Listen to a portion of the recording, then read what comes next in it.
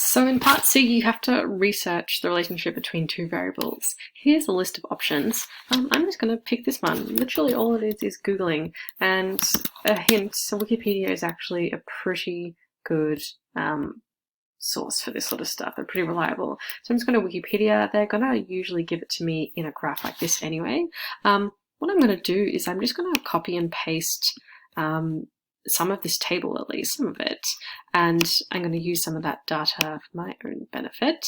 Let's just copy the whole thing, maybe up until around here. We don't need all of that, but we're going to go in and edit this data in Google Sheets.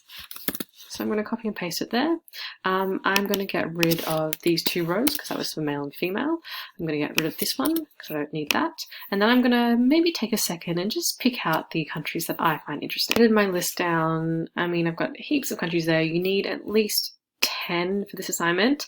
So as usual, we're going to go our data, insert chart. We're going to maybe customize it so it looks a little bit more interesting.